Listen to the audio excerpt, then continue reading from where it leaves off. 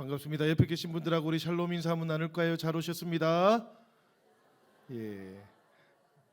인사를 나누시는데 언제까지 나누시는 거 하면 우리 오늘 특성하신 분들 자리에 다 앉을 때까지 인사 나누시는 겁니다. 앞뒤 좌우로도 다 인사 나누시겠습니다. 샬롬. 잘 오셨습니다. 반갑습니다.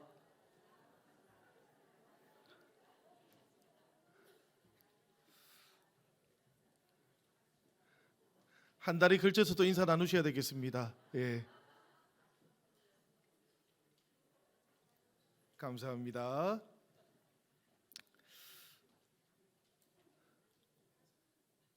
오늘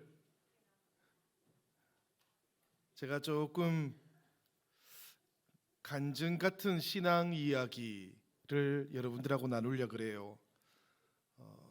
제가 이렇게 우리 영신교회 부임해 가지고 신방을 다녀보니까 신방을 하고 나서 그 주의 주일날 제가 저 문 앞에서 인사를 하지 않습니까? 그 인사를 하면 소나기에 힘이 달라지더라고요. 제가 지금 우리 교인들을 두 부류로 나눌 수가 있습니다. 신방을 받고 소나기에 힘이 들어가시는 분과 들어가지 않는 분, 이렇게 나눌 수가 있더라고요. 삶을 나누고 마음을 나누고 또 하나님과 함께 했던 인생의 이야기를 나누고 나면 소나기에 힘이 달라지더라. 그래서 제가 혼자 좀 생각을 해봤습니다. 아무리 생각해봐도 내년 4월달까지는 신방을 해야 될 것 같은데 내년 4월달까지 신방 안 받으신 분들 소나기에 힘이 안 들어가게 할 수는 없지 않습니까? 그래서 이걸 어떻게 하면 좋을까 생각하다가 제가 신방을 가서 그분들의 이야기를 들어서 소나기 힘 들어가는 거 말고 제가 제 얘기를 여러분들한테 하면 여러분들 모두의 손에 힘이 들어가지 않을까 그런 생각이 들었는데 그럴까요? 예. 하나님께서 우리들 모두의 손에 힘이 팍 들어가는 그런 은혜를 주시기를 주님의 이름으로 축원합니다. 여러분들도 아마도 인생들 가운데 여러분들의 인생 이야기 가운데 하나님을 만났던 그런 경험들이 다 있으실 겁니다. 이게 없는 분은 없지요. 이게 없으면 이 자리에 있을 이유가 없으시기 때문입니다. 그런데 어떤 분들은 그 은혜를 받고 체험했음에도 불구하고 기억하지 못하시는 분들도 꽤 있으십니다. 제가 종종 수련회를 가거나 아니면은 집회에서 이렇게 말씀을 전할 때 내 인생 이야기 속에 있는 하나님 한번 이야기해 주세요 이러면 대부분 다 이렇게 하시는데 간혹 가다가 할 말이 없으신 분들이 계셔요. 할 말이 없으신 분들 하나님의 은혜를 받지 못했기 때문이 아니고 하나님의 받은 은혜를 기억하지 못하기 때문입니다. 여행 가시면 여러분들 사진 열심히 찍으시는 분들이 있죠.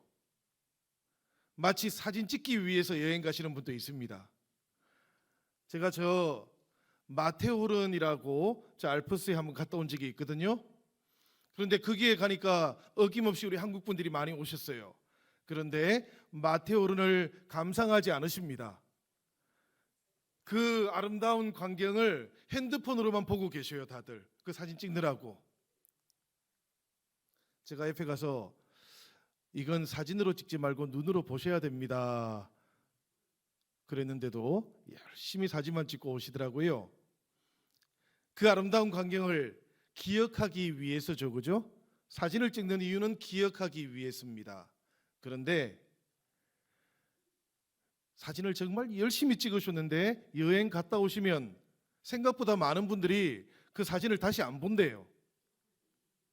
마치 옛날에 사진첩에 사진이 딱 꽂혀 있어도 다시 돌쳐보지 않는 것처럼 핸드폰에 있는 그 사진도 생각보다 많이 찾아서 보지 않는답니다. 너무 많아서 그렇답니다. 이제는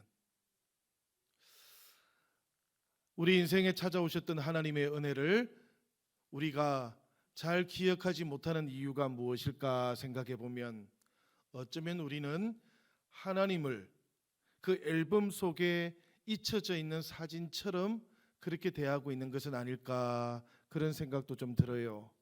여러분들의 인생에 찾아오셨던 그 하나님과 만나실 수 있는 그런 저녁이 되시기를 바랍니다. 제가 본래 오늘 나누는 이 말씀은 지금부터 9개월 전에 작성했던 설교문을 기초로 하고 있어요. 9개월쯤 전에 제가 영신교회로부터 연락을 받았거든요. 혹시라도 영신교회 교인들과 단 한 번의 설교를 할 수 있다면 나누고 싶은 설교를 보내주세요 라고 제가 연락을 받았습니다. 독일에서. 여러분들 혹시 아시나요? 혹시 보셨나요? 저는 정성껏 그 설교를 썼는데 우리 성도님들은 혹시 보셨는지 잘 모르겠습니다. 제가 그 과정을 잘 모르기 때문에 청빙위원들만 보셨을 수도 있겠습니다. 제가 단 한 편의 설교를 영신교회 교인들과 할 수 있다면 어떤 말씀을 전하시겠습니까? 라는 그 숙제를 받고는 한 일주일 동안을 곰곰이 생각을 했습니다. 어떤 말씀을 나누어야 될까? 어떤 말씀을 전할 수 있을까? 너무 아름다운 말씀을 전해야 될까? 아니면 너무 유식한 설교를 해야 될까? 어떻게 해야 우리 영신교회 성도님들의 마음속에 쏙 들까? 그런 생각을 하다가 하나님께서 내 인생 가운데 찾아오셔서 하나님께서 나를 하나님의 자녀로 삼았던 그 이야기들을 하는 것이 좋겠다 싶었습니다. 설교라는 것, 그것은 하나님과 만난 이야기를 전하는 것이거든요. 그래서 내 인생 가운데 하나님께서 어떻게 찾아오셔서 왜 나를 하나님의 자녀로 삼았는지 그것을 전하는 것이 가장 좋겠다. 인생에서 단 한 번 설교할 수 있는 기회라면 그 설교를 듣고 누군가도 하나님을 믿고 고백할 수 있었으면 좋겠다, 이런 생각이 들었습니다. 많은 영신교회 성도님들은 이미 오랫동안 신앙생활을 해오셨겠지만 혹시라도 그 가운데 여전히 믿음이 조금 흔들리거나 아직까지 하나님의 자녀라는 그런 고백이 분명하지 않으신 분이 계시다면 그 설교를 듣고 나의 경험을 듣고 하나님의 자녀가 한 분이라도 될 수 있는 그런 고백이 생기면 좋겠다, 이런 마음으로 설교문을 그때 작성을 했었습니다. 하나님께서 참 감사하게도 한 번이 아니라 여러 번 설교할 수 있는 기회를 주셨습니다. 제가 영신교회에 와서 설교한 게 몇 번인지 이제는 잘 헤아리기도 힘듭니다. 매일매일 새벽마다 설교하고 수요일마다 주일마다 설교를 하니까 벌써 몇 개월 안 됐는데 수가 많아졌습니다. 앞으로 또 하나님께서 얼마나 많은 설교를 하라고 하실지는 잘 모르겠습니다만은, 그러나 바라건대 그 모든 설교 가운데 하나님께서 하나님의 자녀 삼으신 내 인생의 하나님이 그 설교를 통해 여러분들에게 전해질 수 있으면 좋겠습니다. 그래서 여러분들도 하나님을 나의 하나님으로 여러분들의 인생 가운데 찾아오시는 그 하나님을 만나는 은혜가 꼭 체험되기를 주님의 이름으로 축원합니다. 하나님을 믿지 않는 사람들은 시간이라는 것을 우연히 주어진 것이라고 생각해요. 그런데 하나님을 믿는 우리들은 다르게 생각하지 않습니까? 시간이라는 것은 하나님께서 우리에게 주신 소중한 선물이라고 생각을 합니다. 그래서 성도들은 이 시간이 우연한 것이 아니고 내 마음대로 함부로 해도 되는 것이 아니다라고 그렇게 생각을 합니다. 여러분들도 그렇게 생각하시지요?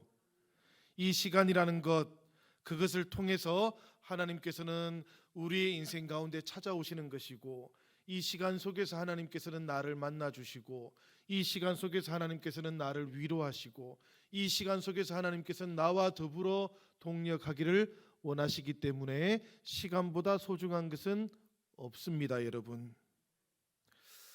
현대그룹 정주영 회장이 임종을 앞두고 주치의에게 이렇게 이야기했다 그래요. 내가 보름만 더 살 수 있다면, 나에게 보름만 더 살 수 있게 해준다면 내 전 재산의 50%를 주겠다, 그렇게 이야기했답니다. 그 다음 날 정주영 회장이 소천을 했습니다. 아무리 많은 돈을 주고도 시간은 살 수 없는 것이지요.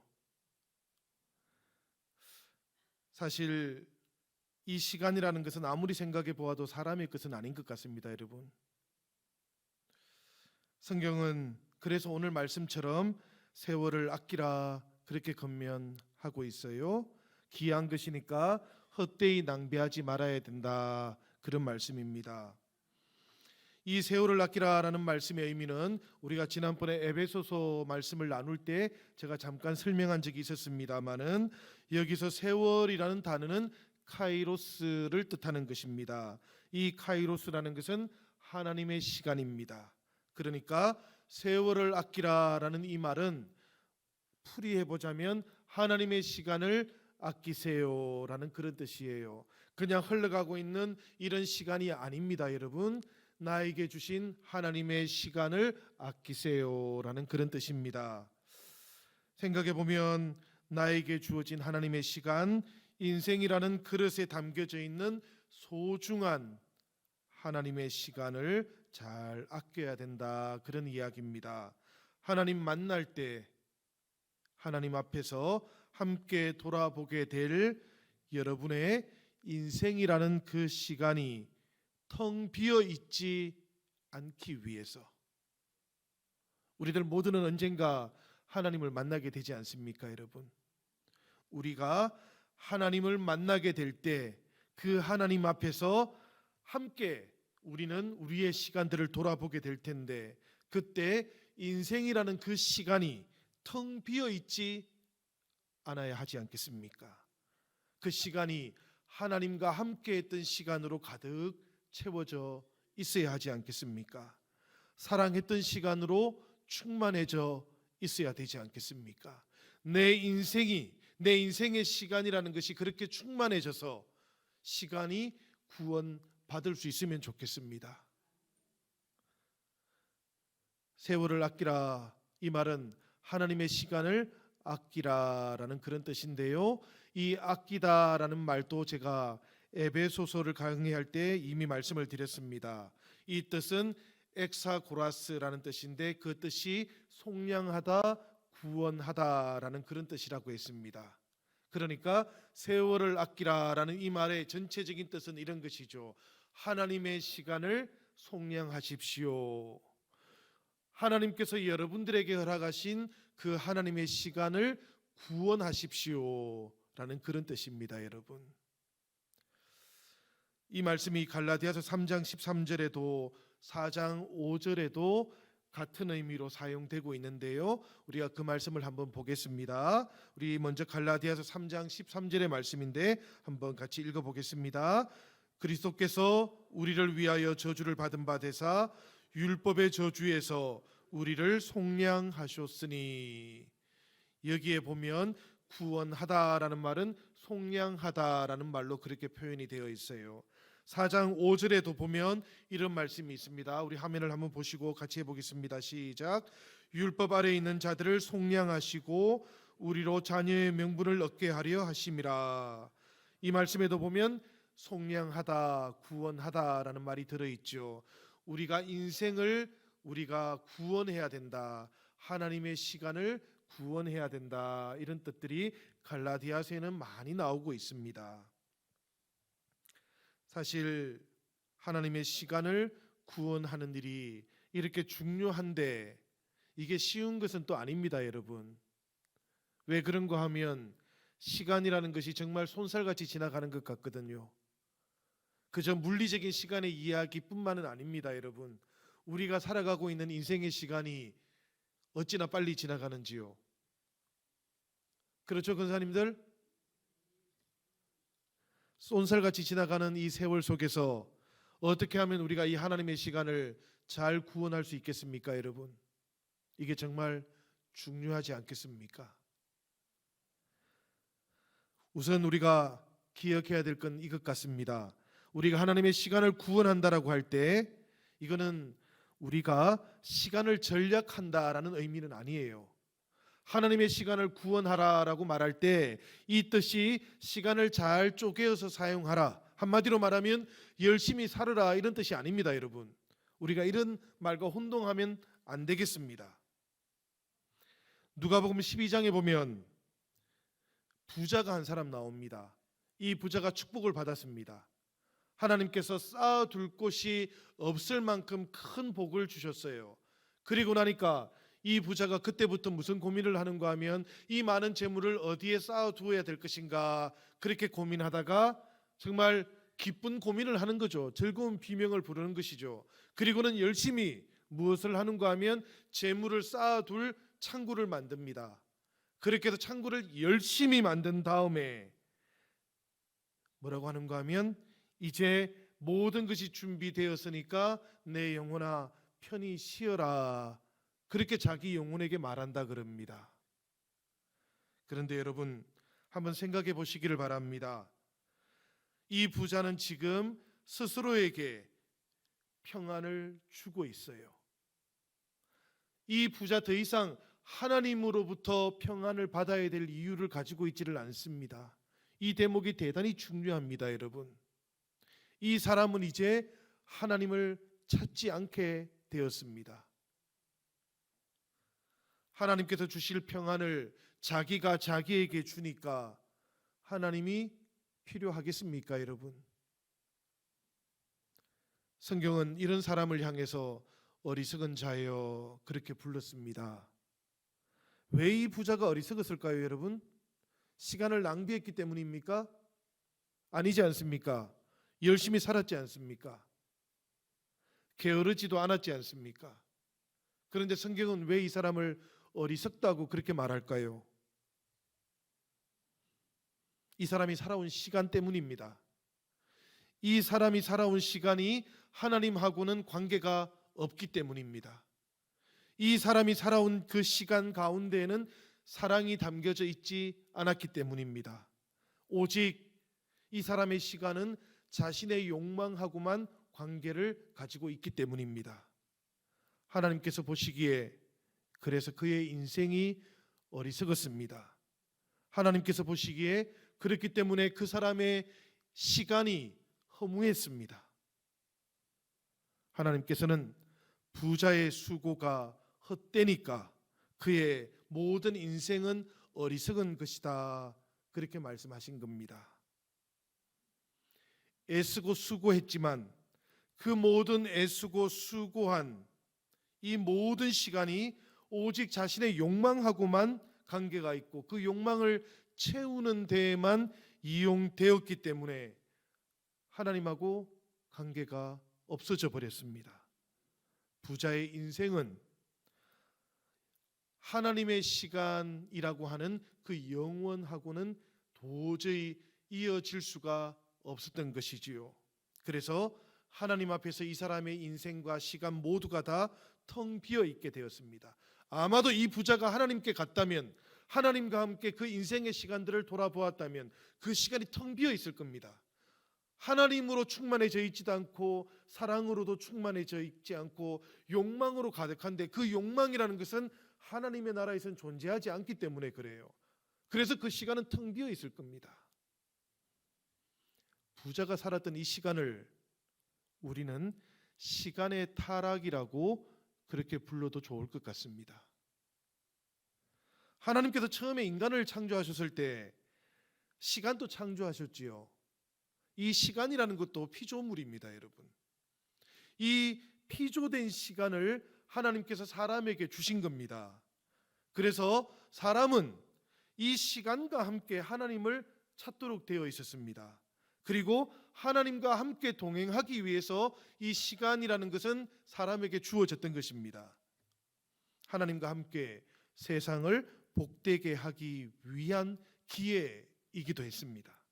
이런 삶을 통해서 시간이 충만해져야 되는 것인데, 이런 시간의 충만을 통해서 시간이라는 것은 일시적인 것을 넘어서, 그냥 지나가 버리는 것을 넘어서 영혼의 일부가 원래는 되어야 하는 것이었습니다.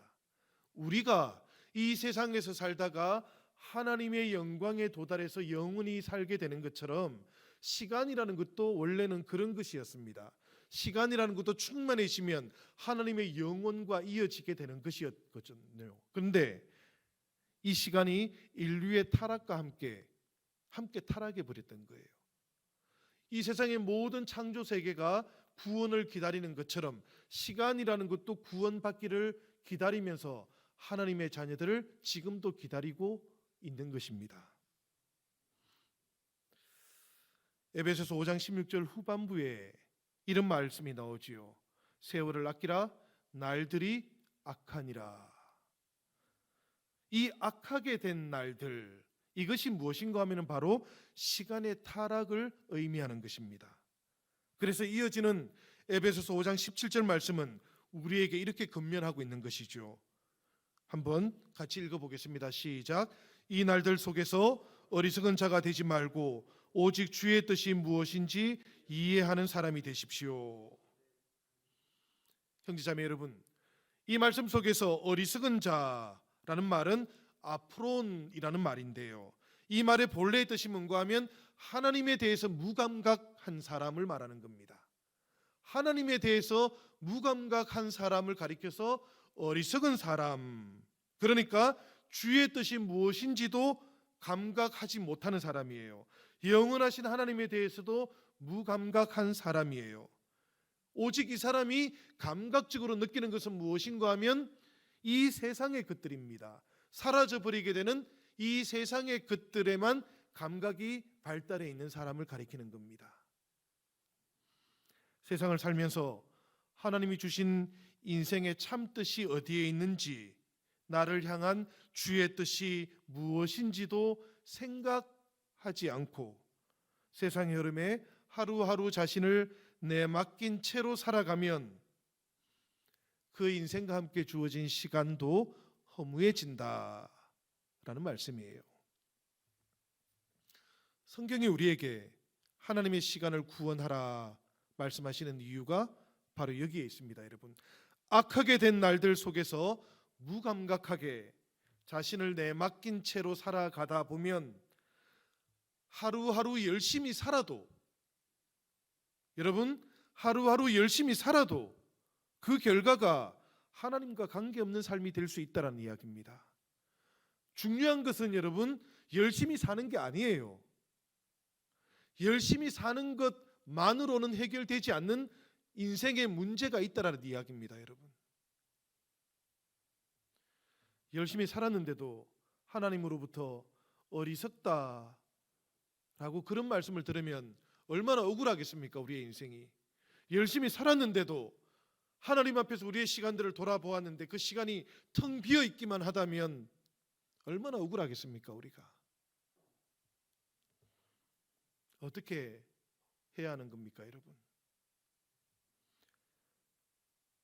때가 악하니라 라는 이 말씀이 출발점이 되어야 합니다. 여러분, 때가 악하다라는 이 말씀은 우리가 살아가고 있는 이 시대가 악하다라는 그런 뜻이기도 하지만 좀 더 근본적으로는 우리가 살아가고 있는 이 세상이 로마서 3장 9절의 말씀처럼 아직은 제 아래에 있는 세상이다라는 그런 뜻입니다.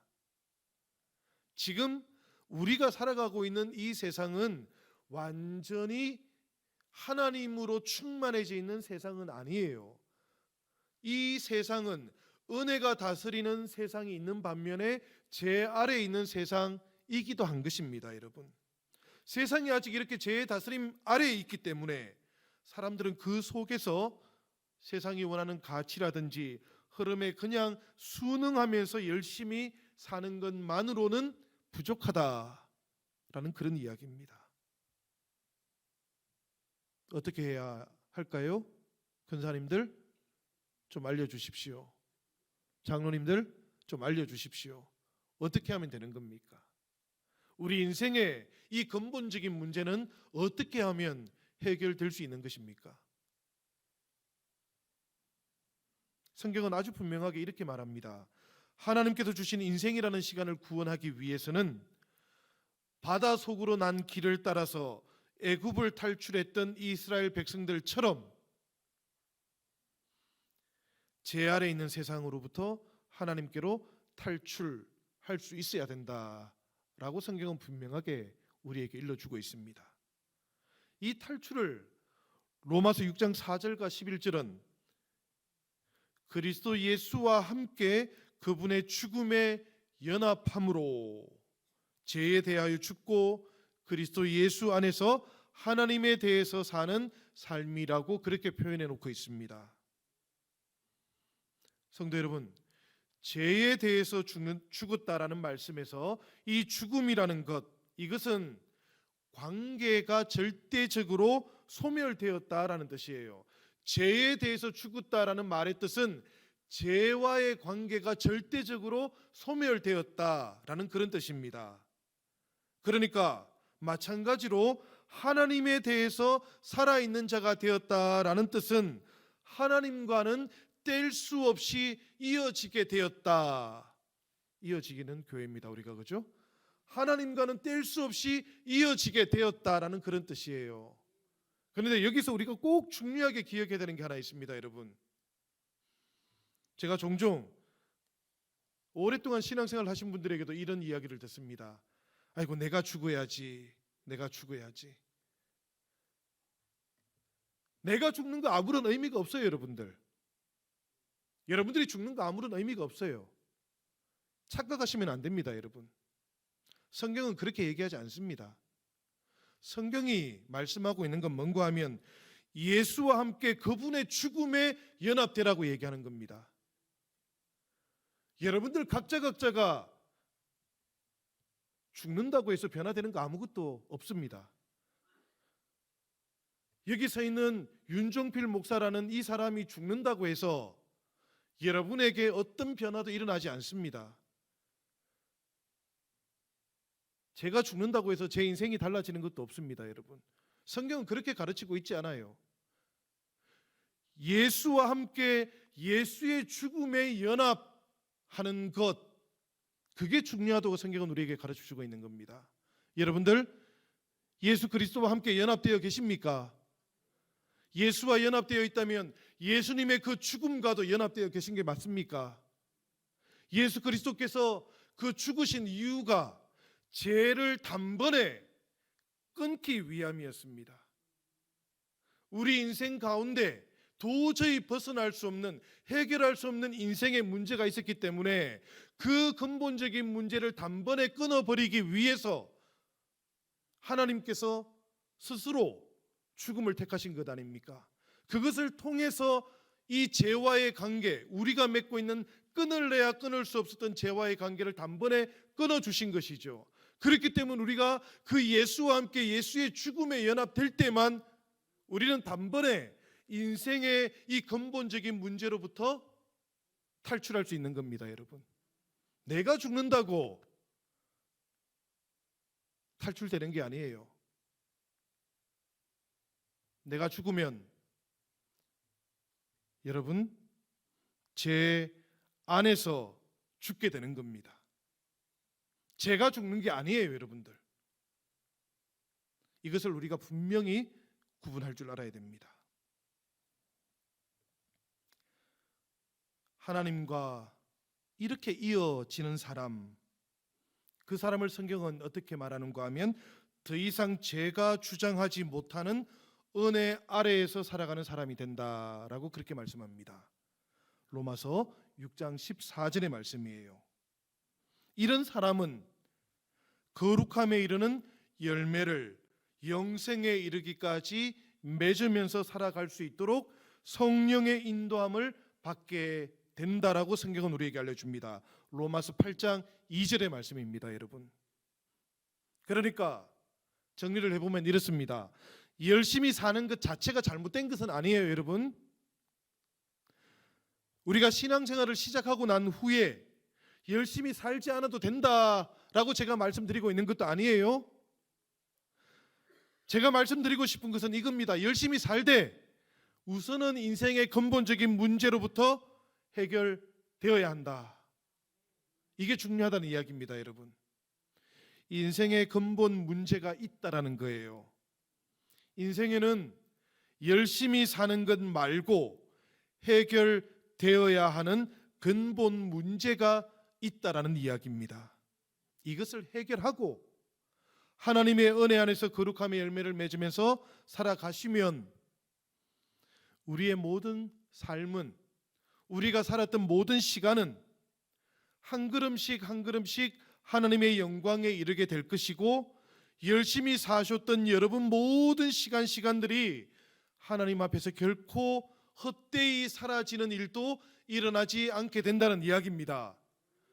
하나님을 만나게 되었을 때 하나님과 함께 돌아보는 우리 인생의 시간들 가운데에 사랑이 가득하다는 이야기입니다. 하나님과 함께 있던 시간으로 충만하게 된다는 이야기입니다. 성령의 인도하심을 받아서 우리의 시간이 온전하게 성취되어서 영혼의 한 부분이 되게 된다는 이야기입니다. 여러분, 우리가 살았던 모든 시간들이 하나님의 영혼의 일부가 되어서 함께 영광에 이르게 되는 것을 성경이 뭐라고 부르는가 하면 영생이라고 부르는 겁니다. 여러분들은 그런 영생을 살아가시기를 바랍니다. 신앙에 대한 회의가 있거나 지금 믿음으로 들어가는 길을 찾고 계신 분들에게도 이 말씀을 좀 드리고 싶습니다. 죄에 대해서 죽고 하나님에 대해서 살게 되는 것, 이것은 결코 나의 능력이나 의지에 따라서 일어나는 것이 아닙니다. 그렇게 이루어지는 것이 아니에요. 이 말씀이 참 중요한 말씀인데 이 말씀의 뜻을 잘 이해를 할 필요가 있습니다. 제가 여러분에게 한번 여쭤보겠습니다. 혹시 이 가운데 내가 죄를 선택하거나 선택하지 않을 수 있으신 분 있으면 한번 손을 한번 들어보십시오. 내가 죄를 선택하거나 혹은 선택하지 않을 수 있으신 분 없으십니까? 여러분 가운데 속으로라도 이렇게 한번 생각을 해보십시오. 내가 죄를 지었다, 혹은 내가 죄를 선택했다라고 생각하시는 분이 혹시라도 있으시면 제가 한번 이렇게 여쭈어보고 싶습니다. 만약에 내가 죄를 선택했던 것이라면 내가 죄를 선택하지 않을 자유나 가능성도 가지고 있어야 되는 것 아닙니까, 여러분? 여기서 중요한 것은 나라는 겁니다. 내가 죄를 선택했다면 죄를 선택하지 않을 자유나 가능성도 가지고 있어야 되는 것인데, 만약에 그런 가능성이 우리에게 주어지게 된다면 어떤 일이 생기는가 하면 이런 거예요. 나를 위한 주님의 십자가의 죽음이 필요하지 않게 됩니다, 여러분. 왜 그런가 하면 나는 죄 짓지 않을 가능성을 가진 존재거든요. 그리고 죄가 나를 온전히 완전히 무너뜨리지 못하거든요. 그런데 성경은 사람에 대해서도 죄에 대해서도 이렇게 말하고 있질 않습니다. 여러분 한번 잘 생각해 보시기를 바라요.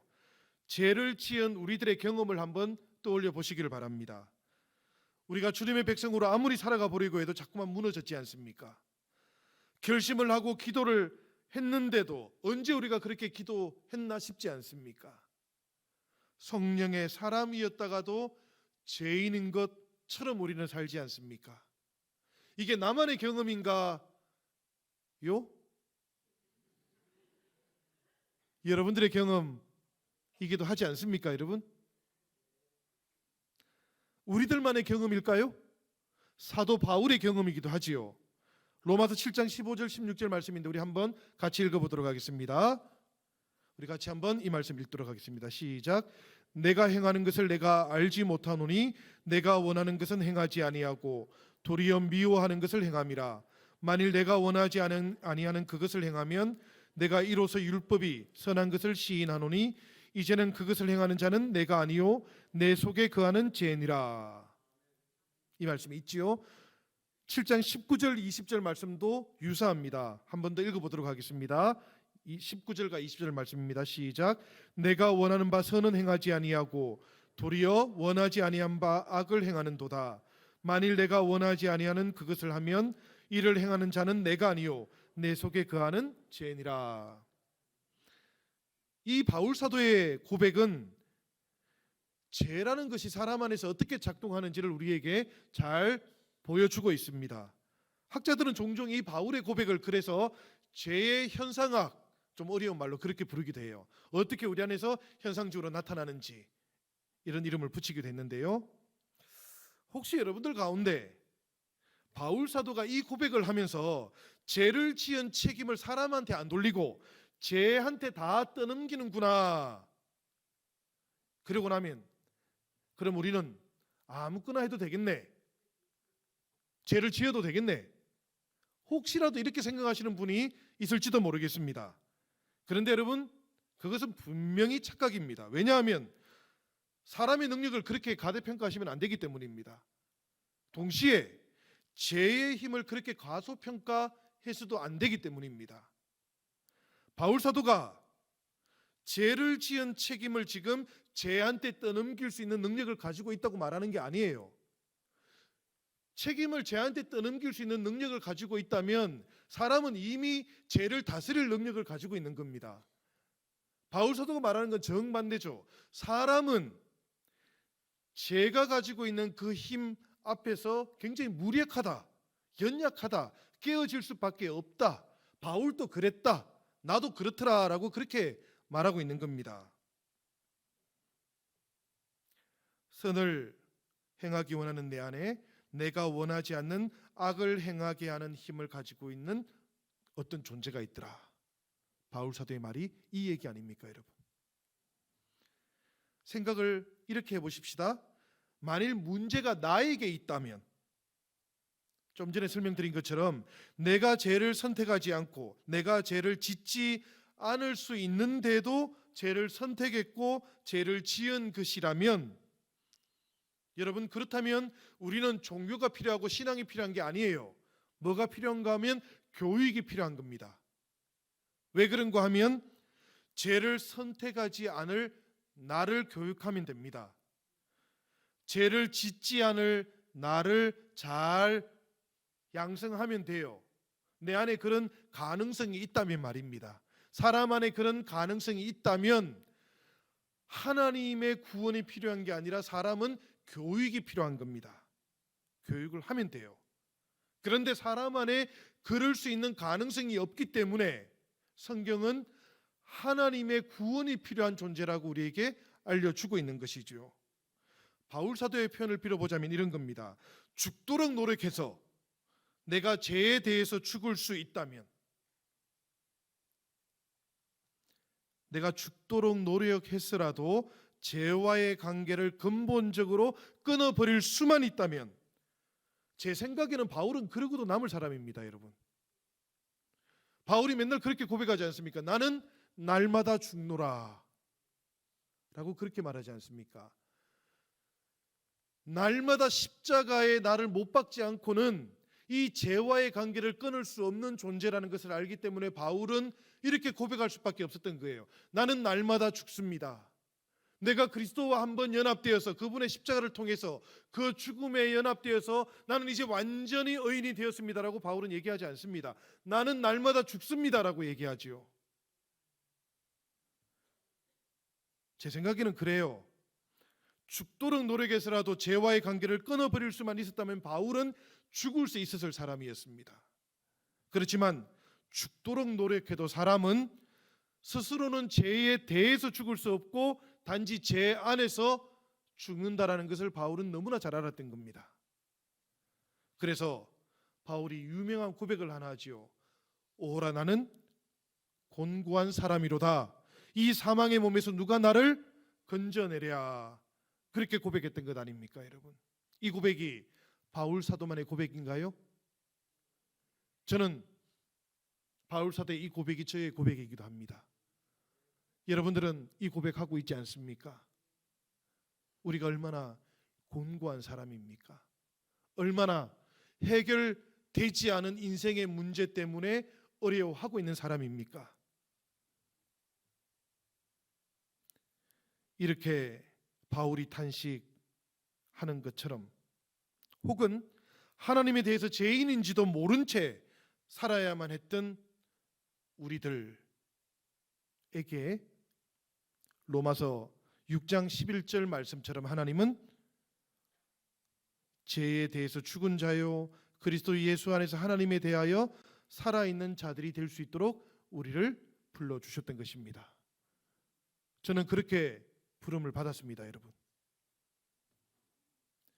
하나님께서 우리 인생 탈출구를 만들어 주셨어요. 하나님께서 우리를 위해서 비상구를 열어 주셨던 겁니다.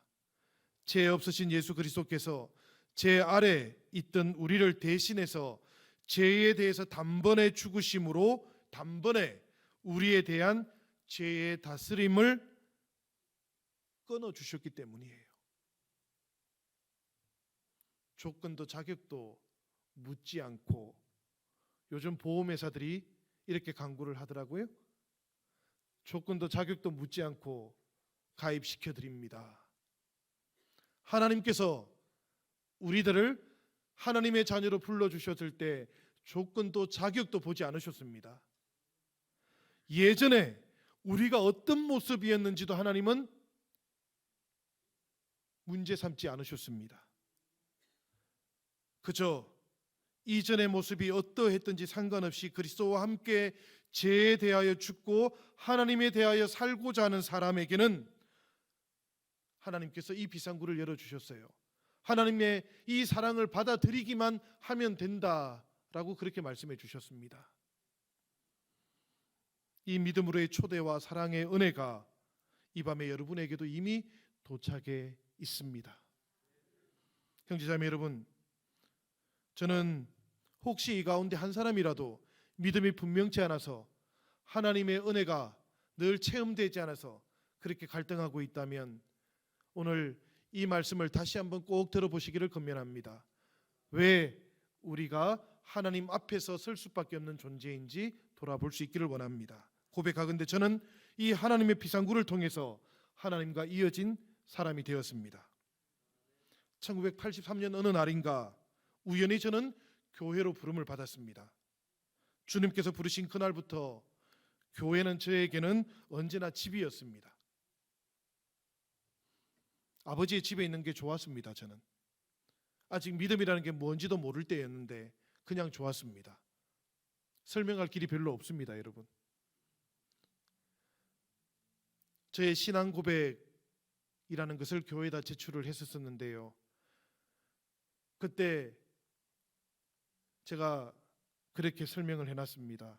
설명할 길이 없습니다. 그런데 그냥 그때 찰나 같은 어떤 느낌이 너무나 좋았습니다. 그곳에 계속 머물고 싶었습니다. 제가 그렇게 했습니다. 저는 여러분들보다 최소한 더 열심히 했다고는 말할 수 없지만 덜 하지도 않았습니다. 매일매일 교회에서 살았거든요. 그러면서 복음서를 읽었는데 저는 그곳에서 눈부신 인생을 한 분 발견하게 되었습니다. 느낌이 딱 그랬습니다. 이분의 삶이 눈이 부셔가지고 나도 이렇게 살고 싶네. 인생의 좌표가 필요했던 시기였습니다. 제가 그때가. 그런데 이분처럼 살면 되겠네 하는 생각이 있었습니다. 저에게. 아름다운 사람이 계셨습니다.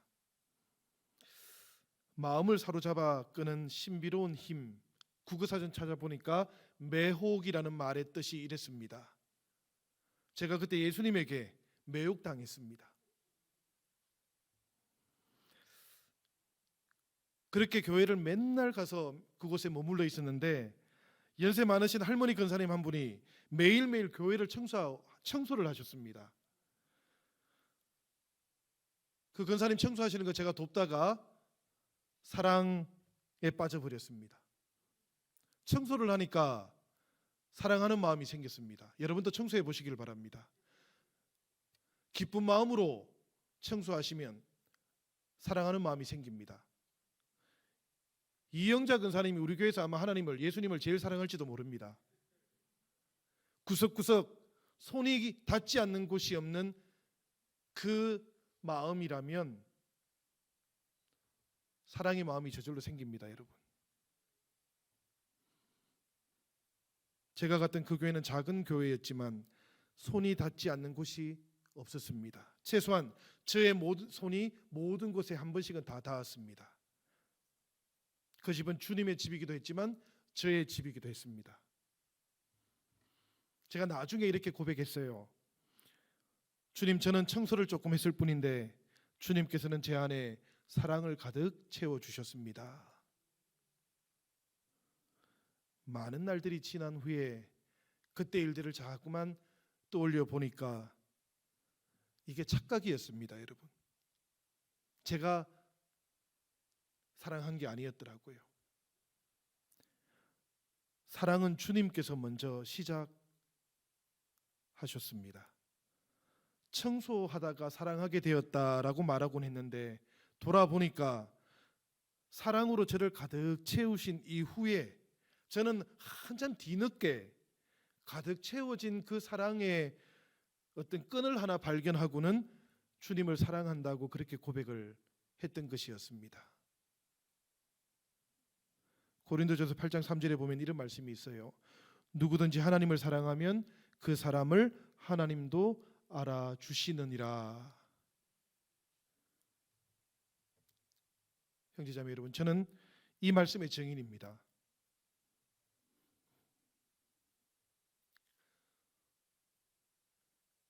제가 아주 수줍은 사람이거든요.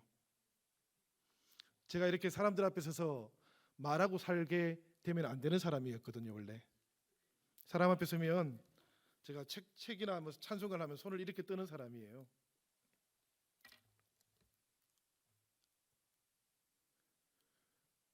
보잘것없고 수줍음이 많았는데 우리 하나님께서 다듬고 깎아서 이렇게 주의 종으로 사용하시는 겁니다. 지금 그 다음에 주님께서 마태복음 9장 21절 말씀을 통해서 제 신앙의 지평을 굉장히 사실은 바꿔버렸습니다. 인생의 좌표로 주님을 만났을 때는 제 인생을 걸고 닮고 싶고 따르고 싶은 분이 저에게는 필요했습니다. 예수님을 사랑하게 되었을 때에도 그분이 채우신 사랑에 감격하기만 하면 되었는데요. 닮고 싶고 따르고 싶고 사랑하고 싶은 분이 없는 것이 그때는 문제였는데 그때까지 저는 나 자신이 문제라는 것을 잘 알지를 못했습니다. 인생의 좌표가 필요했기 때문에 눈앞에 좌표가 있으면 달려가면 된다고 생각했거든요. 무엇을 해야 영생을 얻겠습니까? 라고 물었던 청년처럼 나 자신이 문제적인 존재라는 것을 알지를 못했습니다. 저는.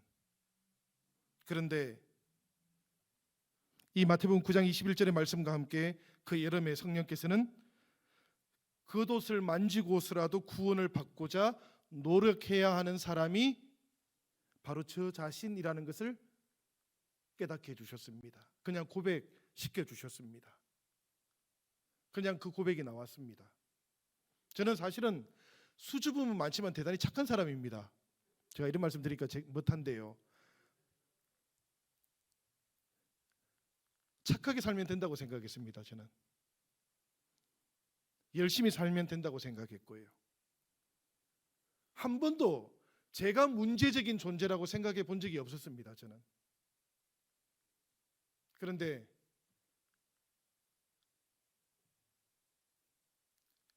어떤 설명이 아니라 이 말씀과 함께 하나님께서 내가 겉옷을 붙잡아서라도 구원받아야 하는 존재라는 것을 알려주셨습니다. 우리 마태복음 9장 21절인데 우리 같이 한번 읽어보도록 하겠습니다. 시작. 이는 제 마음에 그 겉옷만 만져도 구원을 받겠다 함이라. 조금 늦게 나왔나 봅니다. 바울 사도가 로마서 5장 20절에서 제가 더한 곳에 은혜가 넘칩니다 라고 그렇게 고백을 했던 적이 있어요. 그 밤에 제가 그랬습니다. 여러분, 죄인이라는 것을 인정하고 받아들이면서 비참해지는 것이 아니고 내가 죄인인데도 불구하고 하나님께서 나를 자녀로 삼아 주시니까 그 은혜가 정말 크구나라는 것이 저절로 경험이 되었습니다. 우리 교인들 중에 보면 이런 분들이 있죠. 아이고 제가 죄인입니다. 제가 많습니다. 제가 죽을 죄인입니다. 그 얘기는 죄가 많다는 얘기가 아니에요. 그분은 지금 은혜가 큽니다. 하나님의 은혜가 큽니다라는 그런 이야기예요. 내가 주님을 위해서 무엇을 할까 그 생각만 해왔었는데 그날 그 밤 이후로 제 기도가 달라졌습니다. 내가 주님을 위해서 무엇을 할까가 아니라 나의 인생을 통해서 주님께서 무엇을 하기 원하시는가, 저는 그렇게 묻기 시작했습니다. 제 인생의 주어가 달라졌습니다. 저는 그날 밤에 종이 되었습니다. 주어가 달라져야 종이 되는 겁니다, 여러분. 내가 여전히 내 인생의 주어이면 우리는 하나님의 종이 아닙니다. 그렇죠, 여러분? 내 인생에서 하나님이 무엇을 원하시는지를 물을 수 있어야만 우리는 하나님의 종인 겁니다. 하나님의 자녀인 겁니다. 사랑하는 여러분, 우리들의 기도가 달라지기를 원합니다. 하나님께서 주신 인생이니까 주님께서 원하시는 것을 알게 해 주십시오. 그렇게 묻기를 바랍니다. 여러분들에게는 마석 기도원이 혹은 갈멜살 기도원이 좀 익숙하신 것 같습니다. 그곳에 기억이 많으신 것 같더라고요. 저에게는 주암산 기도원이라는 곳이 익숙하고 기억이 참 많습니다. 혹시 주암산 기도원이라고 들어보셨습니까? 잘 모르시죠? 저 경상도 옆에, 대구 옆에 있는 기도원입니다. 그곳에서도 성령의 역사는 많이 일어납니다, 여러분. 제가 고등학교 시절부터 자주 찾아갔던 기도원이고, 저는 고등학생 때 금요일마다 상기도를 다녔습니다. 그곳에서 제가 갈라디아서 3장 13절 14절의 말씀과 함께 소명을 받게 되었는데요. 기니까 제가 좀 줄였습니다. 이 말씀 한번 같이 읽어보도록 하겠습니다. 다 같이 읽겠습니다. 시작. 그리스도께서 우리를 위하여 저주를 받은 바 되사 율법의 저주에서 우리를 속량하셨으니 이는 그리스도 예수 안에서 아브라함의 복이 이방인에게 미치게 하고 또 우리로 하여금 믿음으로 말미암아 약속된 성령을 받게 하려 함이라. 이 말씀을 붙잡고 기도하는 동안에 성령께서 제 영혼을 감동시켜 주셨습니다. 제가 기도하던 바로 그 자리에서, 그곳에서 저는 하나님께 이렇게 고백할 수 있었습니다. 주님, 이 수줍은 많고 부족한 저라도 주님이 괜찮으시다고 하시면 주님의 복음을 담는 그릇으로 사용해 주십시오. 저는 주님만으로 충분합니다. 제가 대책이 조금 없는 사람입니다, 여러분. 사실 여러분들은 조금 큰일 나신 거예요. 제가 이때부터 지금까지 주님으로 충분합니다 라는 이 고백만 하면서 살아왔거든요. 제가 저 사람하고 결혼하기 전에 원래 친구였습니다. 제가 시간이 없어서 길게 이 얘기를 하지는 못하겠습니다. 제가 그렇게 얘기를 했습니다. 내가 목회자로 살면 나는 세 가지를 안 가질 거야. 첫 번째는 저축 통장을 안 가질 거고, 두 번째는 집을 안 가질 거고, 셋째는 자식을 안 가질 거야 라고 제가 그렇게 얘기를 했습니다. 저는 주님으로 충분해야 했기 때문에 그랬습니다.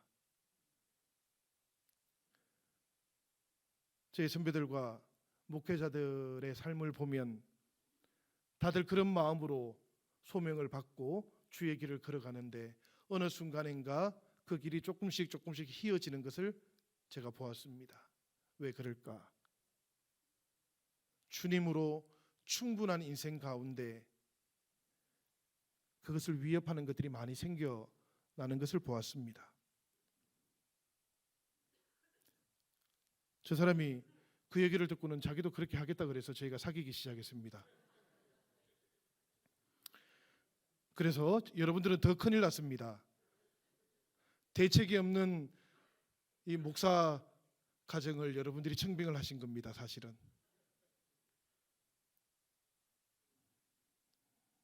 형제자매 여러분, 여러분처럼 저도 이렇게 하나님의 비상구를 통해서 하나님의 자녀가 되었습니다.